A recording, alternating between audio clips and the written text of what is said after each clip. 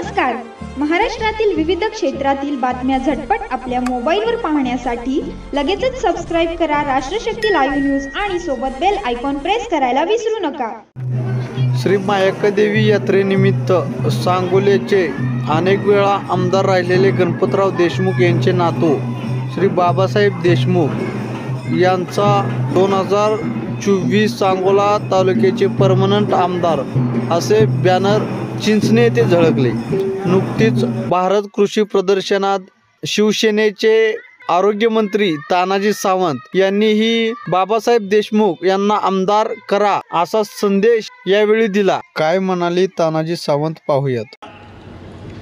आज आता आमचे दुसरे मित्र आमचे सांगोल्याचे बाबासाहेब आहेत, भगीरथ आहे, अजून खालच्या भागात काय आहे, धुळ्याकडे काय आहे, बुलढाण्याचे काय आहेत, सगळीकडे आहे. नेटवर्क भरपूर आहे. आयुष्य 5 वर्षाचं आहे राजकारणातलं. माझ्या दृष्टीने ते महत्वाचं नाही.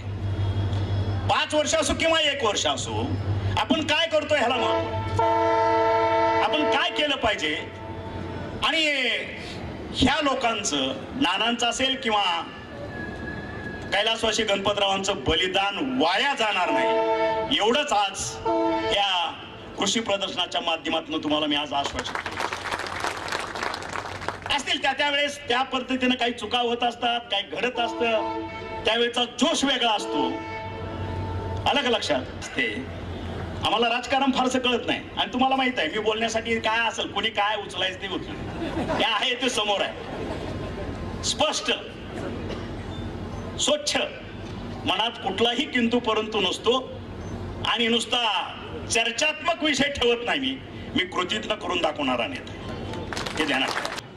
आणि म्हणून इथून पुढे भविष्यात युवराज असेल, तुम्ही सगळे कल्याणरावजी खाली नका बघू, मी तुमच्याकडे बघून बोलतोय. भगीरथराव बाबासाहेब आपल्याला ताकदीनं पुढे नवीन पिढी आहात तुम्ही. भगीरथराव आणि बाबासाहेब नवीन पिढीनं चांगल्या पद्धतीनं काम करतात. चांगल्या पद्धतीनं त्यांचा लोकात मिसळण्याचा, एखादा प्रश्न समजून घेण्याचा जो प्रयत्न असतो ते कदाचित जुन्या पिढीतल्या लोकांना जमलं नसेल.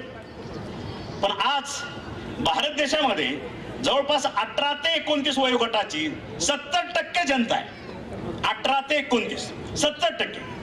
आणि हा सगळा मतदार जो आहे 18 ते 29 हा संपूर्ण आपल्या विश्वनेत्याला भारताचे पंतप्रधान नरेंद्रभाई मोदी यांना मानणार आहे. तुम्ही माहिती घ्या.